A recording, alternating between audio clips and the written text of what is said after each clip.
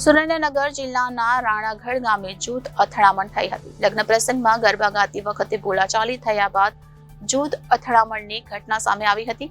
ઈજાગ્રસ્તોને સારવાર માટે સુરેન્દ્રનગરની medical college ખાતે લાવવામાં આવ્યા હતા. આ ઘટનાને લઈને પોલીસે વધુ તપાસ હાથ ધરી છે.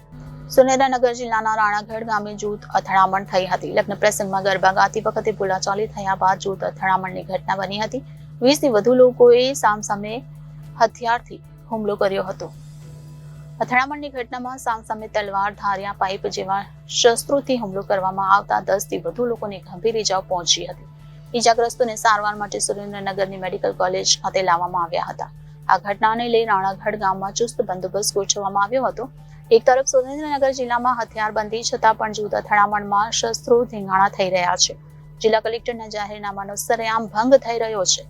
આ ઘટનાને લઈને પોલીસે વધુ તપાસ હાથ ધરી છે. Bureau report Janadesh news, Surendranagar.